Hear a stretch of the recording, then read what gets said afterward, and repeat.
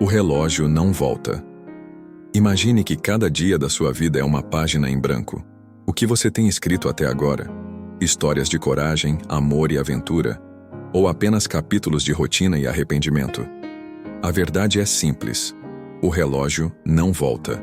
O tempo não espera você se sentir pronto. Ele apenas segue em frente. E muitas vezes, quando percebemos, já deixamos passar momentos que nunca mais voltarão.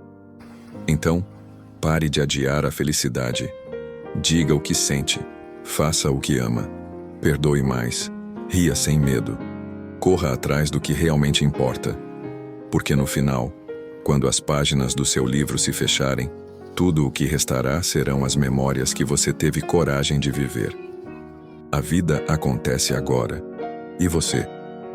Vai continuar apenas passando pelos dias ou finalmente vai começar a vivê-los?